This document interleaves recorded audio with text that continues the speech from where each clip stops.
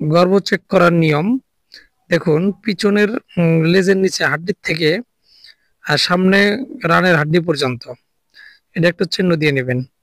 সাথে নিচের গচের নিচ থেকে পেটের দিয়ে বেড়িবাঁধ পর্যন্ত এইভাবে চিহ্ন দেবেন। যদি পেটের নিচ দিয়ে অর্থাৎ প্রস্থ যদি আপনার বেশি হয় আর দৈর্ঘ্য যদি কম হয়, তাহলে বুঝে নিতে হবে গাভীটি গর্ভ আছে।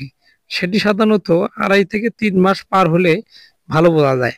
তবে গাভীটি অবশ্যই খালি পেটে সকালে এই মাপটা দিবেন। যদি আপনার দৈর্ঘ্যের সাথে প্রস্থ কমে যায় তাহলে অবশ্যই আপনার গাভী গাব আছে। এইভাবে আপনি আপনার খামারের প্রতিটি গাভী এইভাবে চেক করে নিতে পারেন এবং সেই ক্ষেত্রে আপনার কোনো ডাক্তারের প্রয়োজন হবে না এবং গাভীর ভিতরে হাত দেওয়ার কোনো প্রয়োজন হবে না।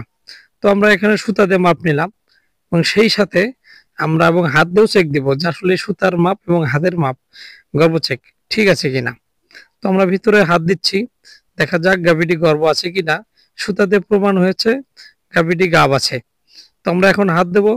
হাত দেওয়ার পরে দেখি যে গাভীটি আসলেই সুতার মাপ সঠিক না হাতের মাপ সঠিক।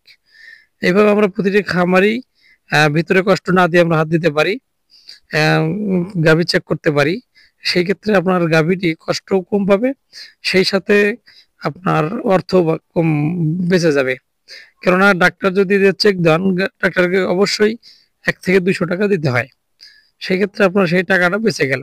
সেই সাথে আপনার গাভীর কোনো ক্ষতি হচ্ছে না, বাচ্চার কোনো ক্ষতি হচ্ছে না। আমরা দেখা যাক কি রেজাল্ট পাওয়া যায়।